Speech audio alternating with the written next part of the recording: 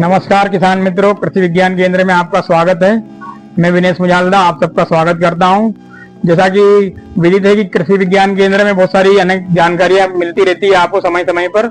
अभी हम लोग किसानों के बीच में चर्चा का विषय एक है कि ये वर्मी कंपोस्ट क्या है, कैसे बनता है, क्या उपयोग में आता है, कितना टाइम लगता है, तो उसके बारे में हम डिटेल में जानेंगे। हमारे बीच में डॉक्टर भार्गव जी है, कृषि विज्ञान केंद्र के वरिष्ठ वैज्ञानिक। नमस्कार डॉक्टर साहब, आप बताइए हमें वर्मी कंपोस्ट के बारे में थोड़ा सा। देखिए, वर्मी कंपोस्ट जैसे कि इसके नाम से है, वर्मी कंपोस्ट, ये दो शब्दों से बना है, वर्म और कंपोस्ट। वर्म का मतलब होता है केचुआ और कंपोस्ट का मतलब खाद, यानी एक तरह से केचुआ खाद है। केचुआ खाद आजकल क्या है, आपने सुना होगा कि हमारे पास इतना गाय का गोबर या कंपोस्ट नहीं है जो कि हमें ज्यादा से ज्यादा खेतों में ऑर्गेनिक चीजें डाल सकें।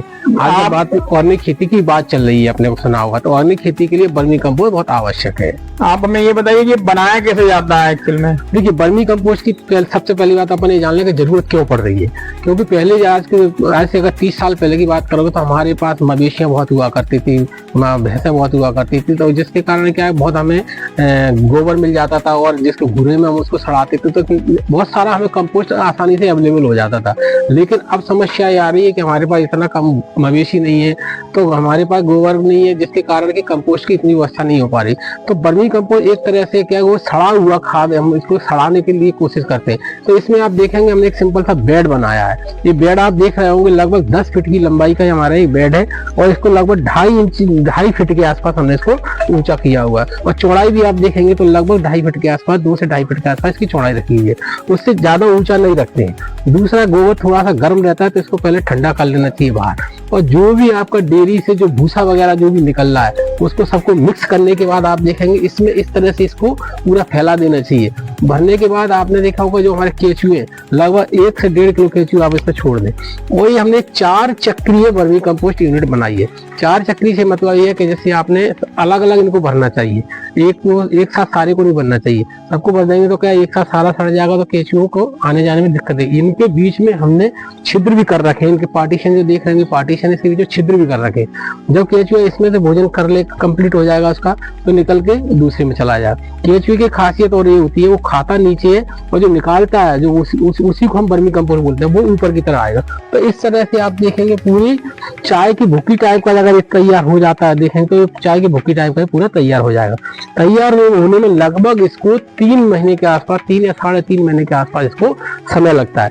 जब इसका भोजन पूरा खत्म हो जाएगा, सड़ जाएगा, तो केचुए निकल के दूसरे में चले जाएंगे। इस तरह से वो उसको भी सड़ा देंगे। वो इस तरह से आप 1 साल में देखेंगे तो 4 बार इसमें से वर्मी कंपोस्ट आसानी से बना सकते हैं। अब इसको केचुए भी साथ में मिले रहते हैं, तो इसको छानने के लिए एक छन्ना आपने देखा होगा हमने बना रखा है। इस छन्ने के माध्यम से आप इसको आसानी से छान सकते होगे, इससे केचुए अलग हो जाएंगे और आपका खाद अलग हो जाएगा। कृषि विज्ञान केंद्र में हमने इसकी पैकिंग भी कर रखी है और इसमें आप देखेंगे 10-10 किलो की पैकेट हमारे आपने देखे होंगे, पैकिंग का माध्यम भी यहाँ लगा रखा है ढेर हमने। तो पैकिंग 10-10 किलो के और 20 किलो के 2 हमारे पैकेट यहाँ मिलते हैं, तो उनको ले सकते हैं। इसका हमने न्यूट्रिशन वैल्यू की भी जांच करवाई है कि इसमें नाइट्रोजन कितना होता है। सामान्यतः गोबर में आप देखेंगे लगभग 0.5 से लेके 0.75% तक नाइट्रोजन होता है, लेकिन वर्मी कंपोस्ट में आप देखेंगे तो लगभग आपको 1.5 से 2% तक नाइट्रोजन उपलब्ध रहता है। इसके क्या क्या फायदे हैं? इसके कुछ फायदा जैसे मैंने बताया आपको, इसमें सारे तत्व होते हैं। जैसे हम कहते हैं ना कि पौधों को 17 तत्वों की आवश्यकता होती है, तो वर्मी कंपोस्ट में बहुत सारे तत्व होते हैं जो कि हमारे स्वास्थ्य, जो मिट्टी का स्वास्थ्य दिनों में खराब होता है उसको सुधारने में भी ये बहुत ज्यादा हमारा काम है।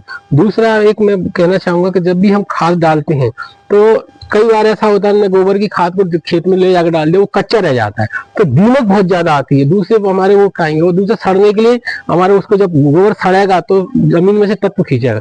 लेकिन अगर आप केचुआ की खाद या वर्मी कंपोस्ट डालेंगे तो इसमें किसी प्रकार की दीमक हमारे खेत में नहीं आएगी और इसमें बहुत अच्छा हमें खेत में हमारी फसलों के लिए तत्व मिलेंगे, जो नाइट्रोजन, फास्फोरस, पोटाश, कुछ ना कुछ मात्रा में सारे तत्व इसमें अवेलेबल रहते हैं। तो मेरा सभी किसान भाइयों से निवेदन है कि इस तरह से वर्मी कंपोस्ट की यूनिट बना सकते हैं। अगर आपको देखना है तो कृषि विज्ञान केंद्र देवास में आके आप एक बार विजिट भी कर सकते हैं, देख सकते हैं। किसान भाई इसको बनाना चाहे अपने घर पे तो बना सकते हैं आसानी आसानी से, से। बिल्कुल आसानी से बना सकता है। गोबर को ले लें और जो भी आपके डेयरी में जो बाई प्रोडक्ट निकल रहा है जैसे भूसा वगैरह जो भी निकल रहा है उसको सबको मिक्स करके थोड़ा ठंडा कर लें 2-4 दिन के लिए, फिर उसको उसमें ढेर लगा के और छाए में, नॉर्मली में आप छाए में भी आपको कर सकते हैं।